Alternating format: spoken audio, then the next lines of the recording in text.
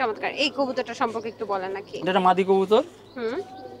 এটা আচ্ছা দর্শক, মাদি নর কিভাবে অনেকভাবেই বোঝার উপায় আছে, তবে অনেকভাবে সবচেয়ে বোঝা বড় কথা হচ্ছে যারা কবুতর পালে বা পশু পাখি পালে তারা কিন্তু চেহারা দেখলেই বুঝতে পারে, কারণ নরগুলোর মাথাটা একটু মোটা থাকে আর মাদিগুলো দেখেন মাথাটা একটু সরু থাকে, চিকন থাকে এবং শার্প থাকে।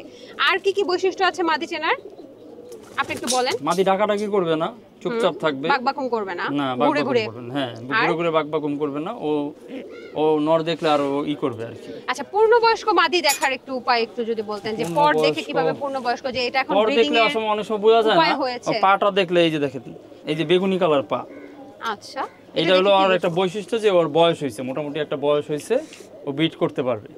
আচ্ছা বুঝতে পেরেছি। আর এটার দুইটা কেন রিং পরায় রাখছে? এটা হলো টুর্নামেন্ট খেলা।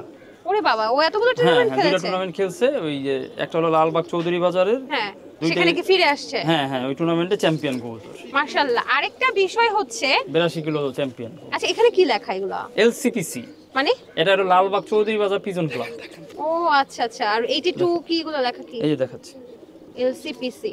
এই যে আচ্ছা, এটা চ্যাম্পিয়ন কবুতরটা। অনেকে বলে যে ভাইয়া মাদিগুলো নাকি বেশি ফিরে আসে না, নরগুলো ফিরে আসে, না এটা না কতটুকু না সত্য? না না, ভুল। মাদি কবুতর বেশি আসে, মাদি বেশি আসে। মাদি বেশি আসে, ওর ঘরের প্রতি টান বেশি।